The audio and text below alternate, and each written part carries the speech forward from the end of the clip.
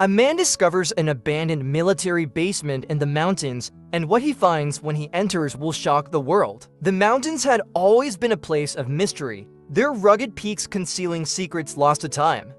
But for Ethan Cole, a seasoned explorer with an insatiable thirst for discovery, they were an invitation, whispers of forgotten history calling out to him.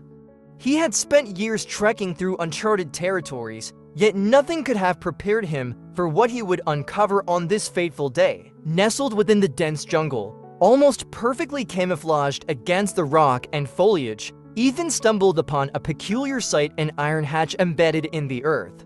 It bore no markings, no warning signs, as if it had been erased from history. With a mixture of caution and excitement, he pried it open, revealing a rusted ladder descending into darkness. As he climbed down, his breath caught in his throat.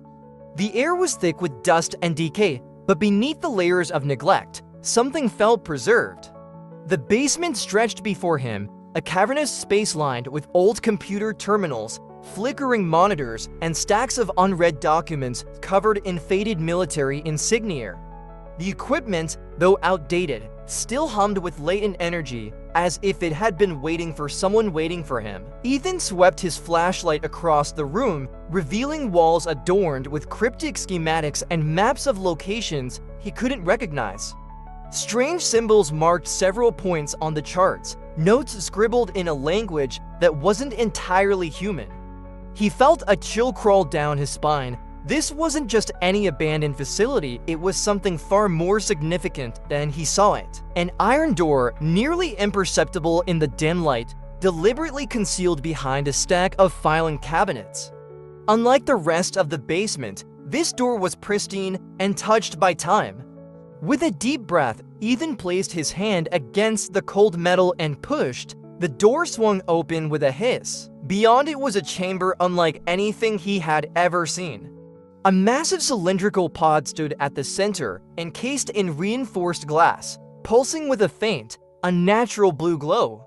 The walls were lined with surveillance footage, decades worth of classified recordings showing the world above from different points in time.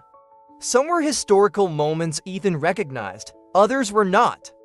Then he noticed the figure inside the pod. Suspended in an eerie liquid, a humanoid form floated weightlessly, its eyes closed, its body wrapped in something that looked neither like clothing nor armor. But what unsettled Ethan the most was that it looked human, almost. The proportions were slightly off, the arms a bit too long, the fingers a fraction too sharp, the skin impossibly smooth. A label was etched into the base of the pod, partially obscured by grime and condensation. Ethan wiped it away, revealing the words. As if responding to his touch, the monitors crackled to life, flashing government insignias followed by a distorted voice. Unauthorized access detected.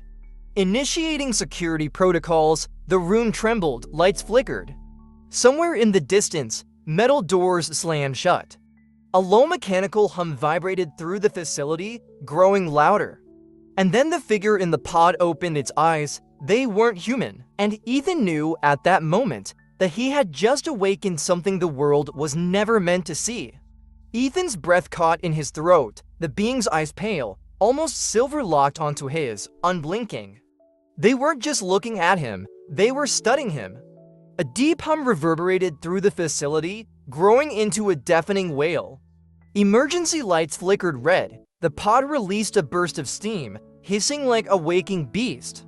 Something in Ethan's gut screamed at him to run, but his legs refused to move. The monitors around him flickered, flashing cryptic warnings. Containment breach imminent. Security override failed. Project Ether. Awakening. Then, the glass shattered. The thick, viscous liquid inside spilled onto the metallic floor, mixing with the dust of decades. The figure collapsed forward, gasping for breath, its elongated fingers clawing at the ground. But what Ethan had expected, a weak, disoriented creature struggling to regain strength, was far from reality. In a single, fluid motion, the being lifted itself upright. It moved like a shadow, too fast, too precise. Ethan stumbled backward, knocking over a rusted chair. The being's head tilted, as if trying to remember something long forgotten. Then it spoke not in words, not in sound, but directly into Ethan's mind.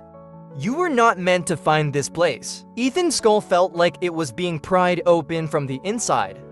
The voice wasn't singular, it was layered, as if thousands were speaking at once, whispering secrets from the void. Heart pounding, he forced himself to speak. What are you? The being took a step forward, its bare feet making no sound against the metal. It raised one hand, flexing its fingers as if getting used to them. Then it turned its gaze toward one of the monitors still flickering on the wall. Images flashed across the screen, a war one unlike any Ethan had ever seen. Not fought with guns, but with forces that defied the very laws of physics, cities reduced to dust in seconds.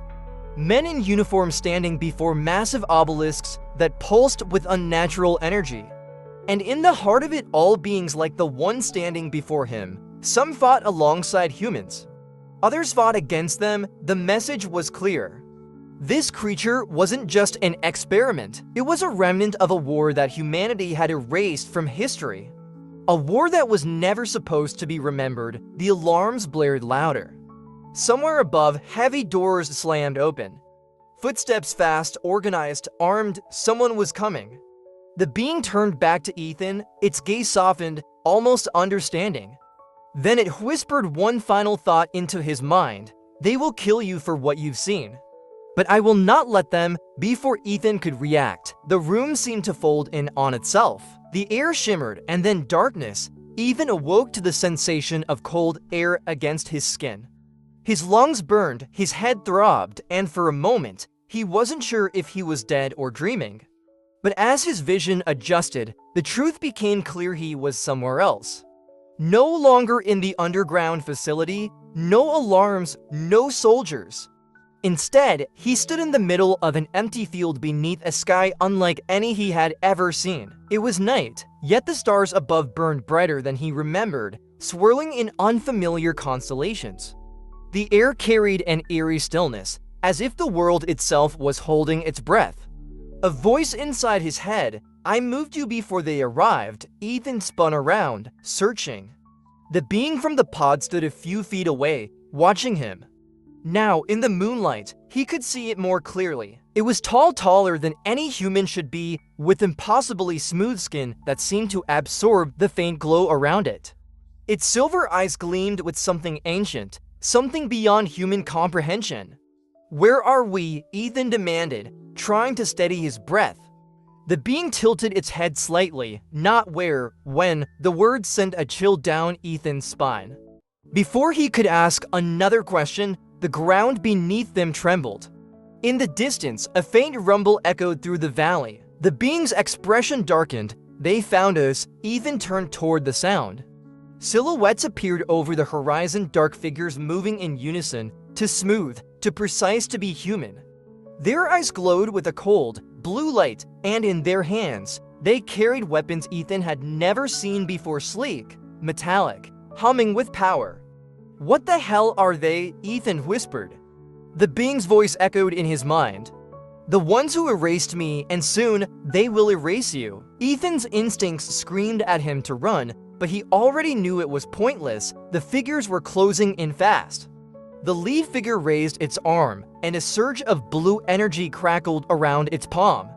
Then, without warning, the being beside Ethan moved. In a single instant, it was no longer standing still, it was everywhere.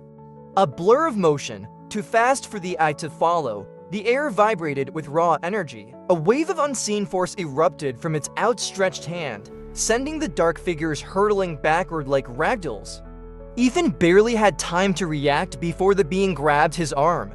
You want to live? It asked, its voice no longer a whisper, but a command. Ethan swallowed hard. Yeah, the being's grip tightened. Then run. The world around them shattered. A blinding white light consumed everything, and then nothing. To be continued. Feel free to share your thoughts in the comments and subscribe for more inspiring content.